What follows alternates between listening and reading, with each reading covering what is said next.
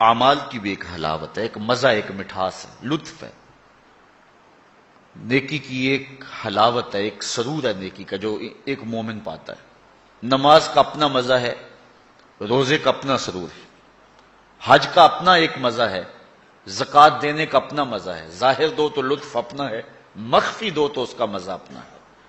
اسی طرح باقی اعمال صالحہ کا پھر مختلف مواقع پر ان اعمال کی ایک حلاوت ہے، ایک مٹھاس ہے۔ گھر میں نماز پڑھو تو اس کی مٹھاس اپنی ہے، مسجد میں پڑھو تو اس کا سرور اپنا ہے، جامع مسجد میں پڑھو تو اس کا لطف اپنا ہے، اور اگر سین حرم میں نماز پڑھنے کا موقع مل جائے تو اس کا مزہ اپنا ہے، اور گنبد خضرا کی قربت میں نماز پڑھنے کا مزہ مل جائے، ریاض الجنہ میں لمحے مل جائیں تو اس کا لطف اپنا ہے۔ اس طرح روزے کا اپنا مزہ ہے، روزہ رکھنے کا لطف اپنا ہے، روزہ کھولنے کا مزہ اپنا ہے۔ بچوں میں بیٹھ کے کھولو روزہ تو اس کا بھی اپنا سرور ہے، مسجد میں بیٹھ کے دوستوں میں بیٹھ کے روزہ کھولو تو اس کا مزہ اپنا ہے، کسی اللہ والے کی صحبت اور اس کے قدموں میں بیٹھ کے روزہ کھولیں اور اس کا مزہ اپنا ہے، اور اگر روزہ کھولنے کے لیے مسجد نبوی کا صحن مل جائے تو اس کا سرور پھر اپنا ہے، اس کا مزہ پھر اپنا ہے۔ ہر عمل کا ایک لطف ہے، ہر عمل کی ایک حلاوت ہے، اور وہ حلاوت بندہ اتنی دیر تک اس سے متمتع نہیں ہو سکتا، اس سے فائدہ نہیں حاصل کر سکتا، اور وہ ایمان کی حلاوت اور لذت پا نہیں سکتا جب تک اس کی نظر پاک نہیں ہوتی۔ اگر کوئی بندہ چاہتا ہے کہ میرے باطن میں انوار چمکے تو رزق حلال کا اہتمام کرے، ورنہ سینہ روشن نہیں ہو سکتا، جو مرضی کر لے۔ اگر رزق پاک نہیں ہے تو سینے میں روشنی نہیں آ سکتی، اور اگر نظر پاک نہیں ہے تو عبادت کی حلاوت نہیں مل سکتی۔ نماز پڑھتا ہے، سجدہ کر رہا ہے، قیام کرتا ہے، بس ایک مشق کر رہا ہے، لیکن اس کی ایک حلاوت ہے، اس کا ایک سرور ہے، اس کی ایک لذت ہے، اس کا ایک کیف ہے جو مومن کے سینے کے اندر جو ہے وہ چھا جاتا ہے۔ ذکر کا ایک مزہ ہے نا، اس مزے کو حضرت سلطان باہو کہتے ہیں نا، اندر بوٹی مشک مچایا اتے جان پھلن تے آئی ہو، پھر وہ کیفیت بنتی ہے کہ نہیں بنتی ہے؟ تو وہ سرور بندے کو نہیں ملتا جب تک اس کی نظر پاک نہیں ہوتی۔ اگر نظر بگڑ جائے تو من سننا ہو جاتا ہے، اندر کچھ نہیں رہتا، اور پھر اگر انسان زنا جیسی بری خصلت میں مبتلا ہو جائے تو پھر اس کے پلے کیا رہے گا؟ اللہ تعالیٰ نے فرمایا کہ کرنا تو دور کی بات ہے، لا تقربوا الزنا، اس بری خصلت کے قریب بھی نہ جانا۔ اس لیے مبادیات سے بھی روک دیا گیا، مبادیات سے بھی منع کر دیا گیا۔ تو فرمایا جس شخص کو کسی عورت نے دعوت گناہ دی، اس طرح کسی عورت کو کسی مرد نے دعوت گناہ دی، اور اس عورت نے اپنی عصمت اور اپنی آبرو کی حفاظت کی، اور اس کو کہا پیچھے ہٹ جا، مجھے اپنے رب سے ڈر لگتا ہے، اور اسی طرح کسی مرد کو کسی عورت نے دعوت گناہ دی، اس نے کہا فقال انی اخاف اللہ، میں اللہ سے ڈرتا ہوں۔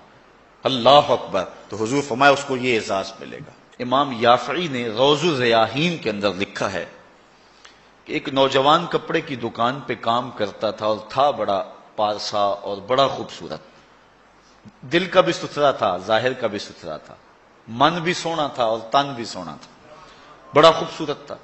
ایک عورت خریداری کے لیے آئی، اس کا دل فریفتہ ہو گیا، اور اس نے ایک ترکیب سوچی، اور دوبارہ آئی تو بہت زیادہ کپڑا خرید لیا، اور مال کے دکان سے کہنے لگی کہ میری گٹھڑی بھاری ہو گئی ہے، اس نوجوان کو کہو کہ میرے گھر چھوڑ آئے۔ مالک اس عورت کی نیت سے آگاہ نہ ہو سکا، اور اس نوجوان کو اس کے ساتھ بھیج دیا۔ جب وہ گھر میں داخل ہوئی، نوجوان کو گھر میں لے گئی، باہر سے دروازہ مقفل کر دیا، اور اس کو دعوت گناہ دی۔ اس نے کہا انی اخاف اللہ، میں تیری بات نہیں مان سکتا۔ اس نے کہا کہ آج تو تجھے میری بات ماننا ہی پڑے گی۔ حیا سوز لباس بھی اتار پھینکا، اور اس کو دعوت گناہ دینے لگی۔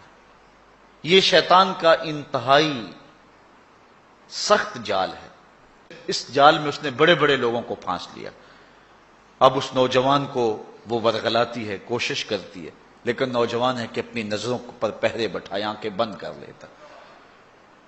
اس نے بڑے ہیلے کیے، بڑے جتن کیے، لیکن وہ نوجوان صرف سونا ہی نہیں تھا، اللہ کا ولی بھی تھا۔ اس نے بہت جال پھینکے، لیکن نور کو رسیوں میں جکڑا نہیں جا سکتا۔ خیر، وہ نوجوان کے دل میں بات آئی کہ شیطان کا یہ جال انتہائی خطرناک جال ہے، ابھی تک تو بچتا آ رہا ہوں، ہو سکتا ہوں کہ ابھی اس کے جال میں پھنس جاؤں۔ اس نے کہا کہ مجھے باتھ روم میں جانے دو، پھر میں آ کے تمہیں بتاتا ہوں۔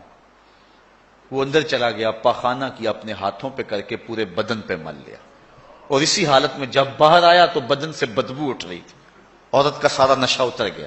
دروازہ کھول دیا اس نے، کہا چلا جا، تو کوئی دیوانہ اور مجنون شخص ہے۔ جب وہ دروازے سے باہر نکل رہا تھا، دل ہی دل میں اللہ کا شکر ادا کر رہا تھا، مالک میرا تن گندا ہو گیا، من تو ستھرا رہا۔ کائنات کا سب سے حسین چہرہ وہ ہے جو جنسی کالک سے محفوظ رہے۔ امام یافعی لکھتے ہیں کہ باہر پھر ایک چشمہ تھا، وہاں جا کے اس نے غسل کیا، اور جب تک وہ زندہ رہا اس کے جسم سے مشک و عنبر کی خوشبو آتی رہی۔ اب جب وہ فوت ہو گیا، لوگوں نے دفن کر دیا، یہ خوشبو اس کی قبر کی مٹی سے بھی آیا کرتی تھی۔ یہ اعزاز دیا اللہ نے، اس کو یہ تکریم دی۔ بعض روایت میں اس کا نام مغیرہ بتایا گیا ہے کہ لوگوں نے اس کا نام مغیرہ مشکی رکھ دیا، کہ وہ مغیرہ جس کے بدن سے خوشبو آتی۔